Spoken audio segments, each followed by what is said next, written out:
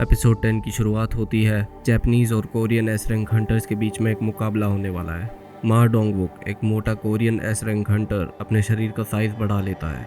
ये देख के एक जापानीज एस रैंक हंटर काफ़ी एक्साइटेड हो जाता है। वो उसके साथ फाइट करना चाहता है और उन दोनों की फाइट स्टार्ट हो जाती है। इसी बीच बाकी कोरियन एस रैंक हंटर भी अपनी फाइट्स शुरू कर लेते हैं और हमें पता चलता है कि Japanese S rank hunters Korean S rank hunters से काफ़ी ज़्यादा पावरफुल हैं। वो ईजिली उनको हरा देते हैं। लेकिन चा हाय इन भी अपनी ही एक अलग लीग में है। वो इजीली अपनी एक opponent Japanese S rank Hunter को हरा देती है। लेकिन तभी अचानक उसके पीछे कुमामोटो नाम का एक जापानीज एस रैंक हंटर आता है और वो उस पर हमला करने वाला होता है। चा हाय इन बिना टाइम वेस्ट किए काउंटर करती है और उसके मुंह पे पंच कर देती है।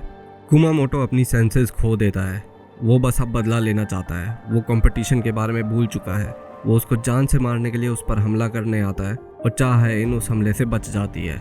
लेकिन तभी अचानक वो दूसरा हमला करता है जो चा हाय इनको हिट करने वाला होता है। इसी बीच संग जिनवू बीच में कूद पड़ता है और वो चा हाय इनको बचा लेता है।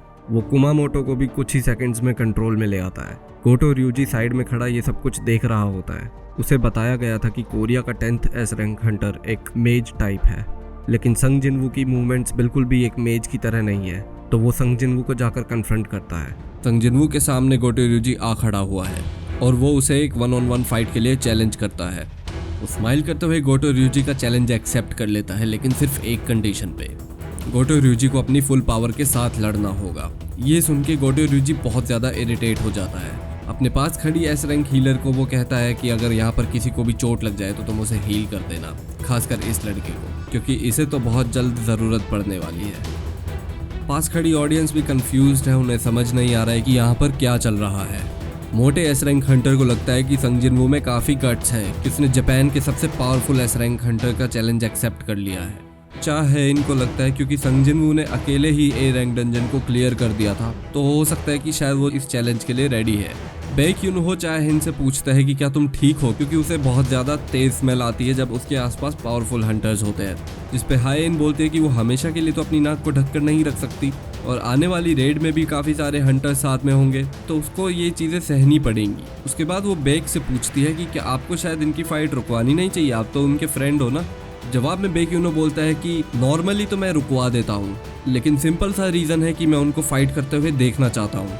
संग जिनवू बोलता है कि चलो शुरू करते हैं और वो देखता है कि इतने में ही उसके सामने गोटो ryuji का हाथ आ गया है। गोटो ryuji के इस अटैक को संग जिनवू बहुत अच्छे से डॉज कर लेता है और गोटो ryuji हैरान हो जाता है कि वो चूक गया। साथ ही साथ उसे लगता है कि ये तो एक मेज टाइप हंटर है, तो ये इसके मूवमेंट एक असैसिन की तरह कैसे हो सकते हैं। इसके पैरों में से तो कदमों की आवाज तक नहीं आती। गोटो ryuji को लगता है कि संग जिनवू सबको पागल बना रहा है, लेकिन वो उसका नकाब उतार देगा और उसकी सच्चाई सबके सामने ले आएगा। गोटो ryuji फिर से हमले शुरू करता है। संग जिनवू अपने चेहरे पे एक स्माइल रखते हुए सारे अटैक्स को बहुत इजीली डॉज कर लेता है। इस कॉन्टिन्यूस स्माइल से गोटो ryuji गर्म हो जाते हैं। आसपास खड़े ऑडियंस में एस रैंक हंटर्स को लग रहा है कि शायद हमें इस फाइट को रुकवा देना चाहिए। यहीं कोरियन हंटर्स बोलते हैं कि ये कैसे हो सकता है, संग जिनवू तो बहुत इजीली गोटो ryuji के अटैक्स डॉज कर रहा है। चाहे इन भी ये देखकर काफ़ी हैरान है। संग जिनवू बहुत इजीली गोटो ryuji के अटैक डॉज कर रहा है और गोटो ryuji को लग रहा है कि ये बस उसका लक है। और यहाँ पर गोटो ryuji डिसाइड कर लेता है कि वो अपनी फुल पावर यूज़ करेगा।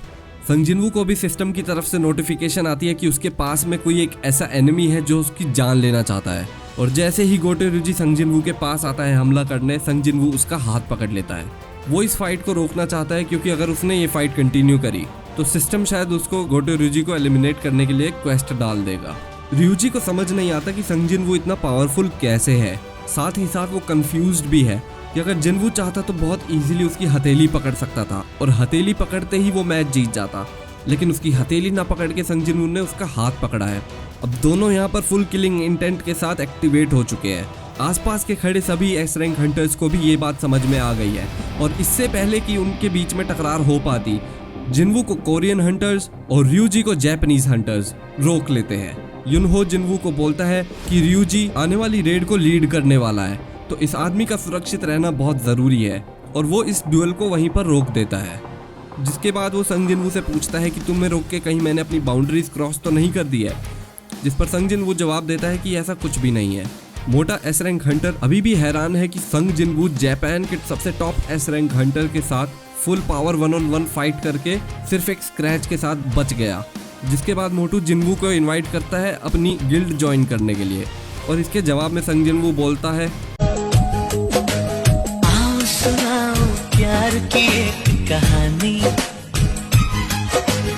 इसके अलावा संग जिनवू ने अपने शैडो सोल्जर्स को वहां पर मौजूद सभी एस रैंक हंटर्स की शैडो में भेज दिया है, सिर्फ ये चेक करने के लिए कि वो उसकी शैडोज की प्रेजेंस फील कर सकते हैं या नहीं।